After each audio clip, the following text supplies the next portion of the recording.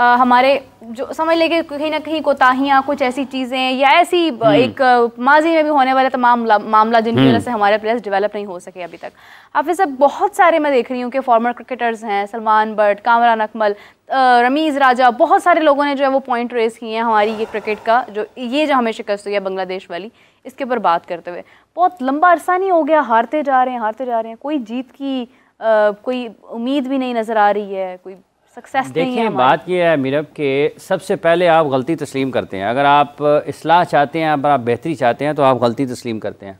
जब तक आप गलती तस्लीम नहीं करेंगे तो उस वक्त तक आप इस्लाह की तरफ नहीं बढ़ सकते, क्योंकि आप तो ये समझ ही नहीं रहे कि आप गलत कर रहे हैं। तो जब तक आप ये नहीं समझेंगे कि आप गलत कर रहे हैं तो आप उसको सुधारने के लिए कुछ करेंगे नहीं।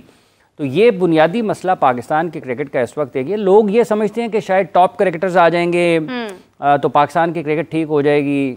ये एक पहलू है उसका कि अगर आप अपने कामयाब क्रिकेटर्स को अपने टीमों के साथ लगाते हैं और उन जगह पर लगाते हैं, वो थोड़ी बहुत आपको मोटिवेशन मिलती है। अब जाहिर सी बात है, अगर वक़ार यूनुस किसी भी टीम के साथ होंगे तो वो कुछ अपना तजर्बा मुंतकिल कर सकते हैं, लेकिन फुल टाइम क्या वो एडमिनिस्ट्रेटिवली उतने शार्प हैं, क्या वो उस काम से गुजरे हैं? क्योंकि जब आप इंतज़ामी सलाहियतों इंतज़ामी ओहदों पर आते हैं तो फिर आपको कुछ वक्त बोलना पड़ता है, आपको ज़्यादा वक्त सुनना पड़ता है। तो क्या आप गुड लिसनर हैं या नहीं है, अच्छी आपकी कुव्वत समात है या नहीं है, और क्या आप में फ़ैसले करने की, क्या आप में असेसमेंट करने की, क्या आप लोगों को सुनकर उनकी बातों से, उनके नकलो हरकत से आप ये अंदाज़ा कर सकें कि यार ये असल में ये क्या चाह रहा है, ये कर क्या रहा है।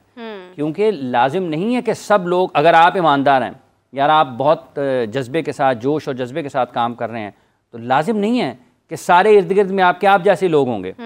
और ये भी मुमकिन नहीं है कि आप उन सबको निकाल देंगे तो आप कहेंगे काम ठीक हो जाएगा। नहीं है, आप ऐसा सिस्टम निज़ाम वज़ा करते हैं कि जो बासलाहियत लोगों को आगे बढ़ने के मौके फराहम करता है, और जो कम सलाहियत वाले हैं उनकी सलाहियतों को बढ़ाने के का काम करता है, और जो उस सिस्टम में कहीं ना कहीं कुछ खराबियां कर रहे हैं उनको रोकता है। तो ये निज़ाम आपने वज़ा करना होता है। अगर आप में ये सलाहियत ना हो तो आपके लिए मुश्किलात होती हैं, और उसके लिए आपको पूरा वक्त उसमें अपने दफ्तर में बैठना है।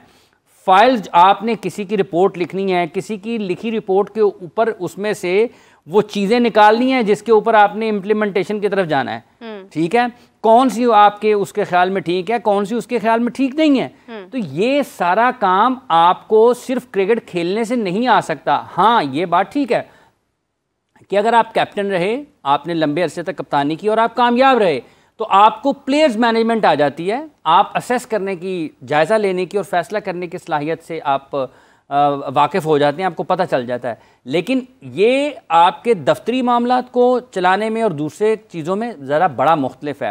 अब अगर आज पाकिस्तान की क्रिकेट के बारे में लोग बहुत ज़्यादा बात कर रहे हैं, तो सबसे पहले आप कहाँ से शुरू करना चाहते हैं?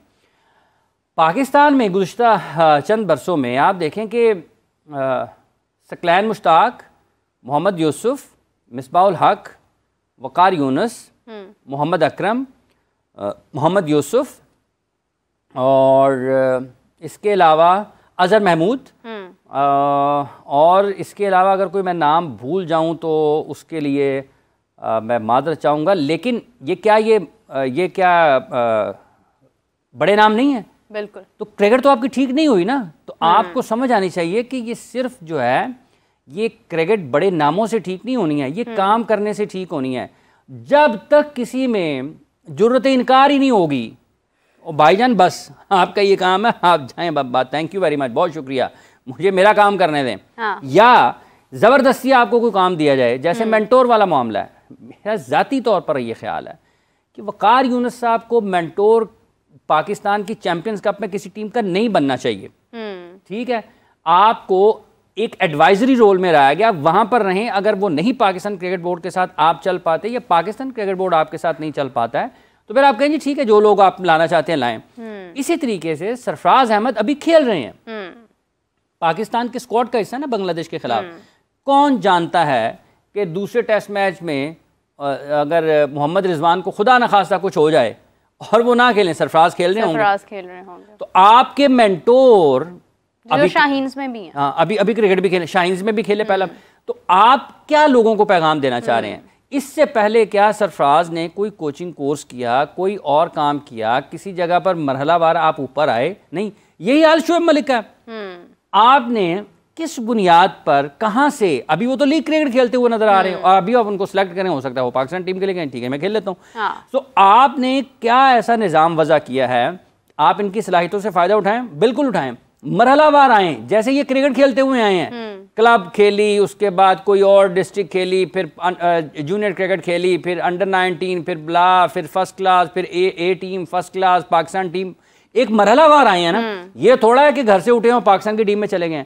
इसी तरीके से कोई भी और काम है क्रिकेट से जुड़ा हुआ, वो इस ऐसे तरीके से ही ऊपर जाना चाहिए, ठीक है। और आप जब मरहलावार ऊपर आते हैं तो आप बहुत सारी चीज़ें सीख कर पहुंचते हैं वहाँ पर। ये नहीं है कि उनको क्रिकेट का पता नहीं होगा, लेकिन आपने प्लेस मैनेजमेंट है, किसी को सुनना है, उसको निखारना है।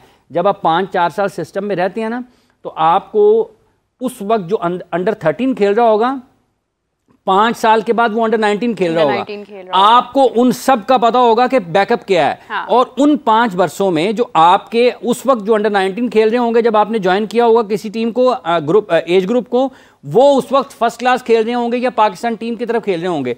तो आपको उन 5 वर्षों में नीचे से ऊपर आने वाले और उस सतह से अंडर 19 से ऊपर जाने वालों को सबका पता होगा कि यार कौन क्या है, किसमें कितनी सलाहियत है। तो क्या आप उस वक्त ज़्यादा बेहतर हो सकते हैं, या आप अचानक आए, आपको ये पता नहीं है कि ये अंडर 19 का ये वाला कौन सा खिलाड़ी है, ये वाला कौन सा खिलाड़ी है, ये वाला कौन सा खिलाड़ी है, इसकी खासियत क्या है, इसकी सलाहियत क्या है, तो आप प्रोपोगेट ही नहीं कर सकते ना। लोगों को सीखने का मौका मिलना चाहिए। ये सब पाकिस्तान के टॉप क्रिकेटर्स जो हैं, ये इनको जो भी आए उसको सबसे पहले जो उसका काम नहीं है उसको कहना चाहिए कि यार आप किसी और को लगाएं, मेरा काम नहीं है। मतलब मेंटोर्स आपने लगा दिए और आपने समझा कि शायद मेंटोर्स आपकी किस्मत बदल देंगे। अगर इनके होने से किस्मत बदलती पाकिस्तान की, तो पाकिस्तान टीम से ज़्यादा तो किसी की ज़रूरत नहीं होगी ना फिर इनकी। सकलैन मुश्ताक भी पाकिस्तान टीम के हेड कोच, वो एकेडमी में भी रहे। मोहम्मद यूसुफ पाकिस्तान टीम के साथ पाकिस्तान के सेलेक्टर हैं, नेशनल अंडर 19 के हेड कोच रहे। वक़ार यूनुस 1 से ज़्यादा मरतबा पाकिस्तान टीम के साथ हेड कोच, बॉलिंग कोच, मुख्तलिफ, ठीक है। मोहम्मद हफीज़ भी रहे, मिसबाउल हक चीफ सेलेक्टर भी रहे पाकिस्तान टीम के। ये जो मिसबाउल हक और इस तरह के जो लोग हैं, इनको आपको बराह रास्त कोचिंग की बजाय ना, बराह रास्त कोचिंग की बजाय इनको आपको जो स्ट्रक्चर है ना, उस जगह पर लेके आना चाहिए। ये स्ट्रक्चर जो चला सकते हो, जो दफ्तर आपका चला सकते हो, ये वो लोग हैं, ठीक है। और भी लोग हैं। अब आपने उनको बराह रास्त टीम के साथ लगा दिया। ये बड़ा अनफॉर्चुनेट है कि उनके बेटे भी क्रिकेट खेल रहे हैं, ठीक है। सकलैन मुश्ताक के सन इन लॉ क्रिकेट खेल रहे हैं, ठीक है। और आपने उनको पाकिस्तान के क्रिकेट के सिस्टम में ला दिया। वो यकीनी तौर पर कोई उसमें हो सकता है कि कोई मदाखलत किसी भी किस्म की ना करें, लेकिन आप क्यों लोगों को मौका देते हैं उस किस्म का हाईलाइट करें? क्या आप आएँ और लोग आपके बारे में मनफी अंदाज से बात करें? मिसबाउल हक साहब से इससे बहुत बेहतर अंदाज में पाकिस्तान क्रिकेट बोर्ड ने एक मरतबा उन्हें मैच रेफरी बनने के लिए भी पेशकश की थी, जब वो मेरा ख्याल है क्रिकेट से रिटायरमेंट की तरफ बढ़ रहे थे। मुझे याद पड़ता है कि उनको ये कहा गया था कि आपको, ताकि इंटरनेशनल जो पैनल है पाकिस्तान का, ICC का, उसमें पाकिस्तान का, और ये अगर उस वक्त वहाँ पर नहीं गए, फलाही काम भी बहुत कर रहे हैं और उनके फंड रेजिंग के लिए भी दुनिया के मुख्तलिफ मुल्कों में जाते हैं, तो क्या वो इतना वक्त दे सकेंगे पाकिस्तान की उस क्रिकेट को जिसमें उनको लगाया गया? तो मेरा ये ख्याल है इसी तरीके से शोएब मलिक है, आप उन लोगों को जो कि ये काम ज़्यादा बेहतर अंदाज में कर सकते हैं उनको करें। और इसका मतलब ये है कि आपने अगर इन 5 को लगाया मेंटोर्स, तो जो आपके इससे पहले कोचिंग कर रहे थे वो नहीं थे इतने अहल, वो अहल नहीं थे इतने। और फिर ये कौन बताएगा कि जब पाकिस्तान की A टीम बनेगी उसका कोच कौन होगा, पाकिस्तान की अंडर 19 टीम बनेगी उसका कोच कौन होगा? आप अगर करना चाहते तो आप कहते कि अगले 5 साल के लिए पाकिस्तान टीम का कोचिंग स्टाफ ये अंडर 19 का, ये पाकिस्तान की अंडर 19 टीम का लॉन्ग टर्म फैसले जो है वो आप कहते कि ये, और आप जिसको बनाते अंडर 19 टीम का कोच, हेड कोच, उसका पूरा सपोर्ट स्टाफ, आप उससे पहले उसकी पूरा जायजा लेते, इंटरव्यूज करते, प्रेजेंटेशन लें कि भाईजान आप क्या करेंगे पाकिस्तान क्रिकेट के लिए अगले 5 साल में।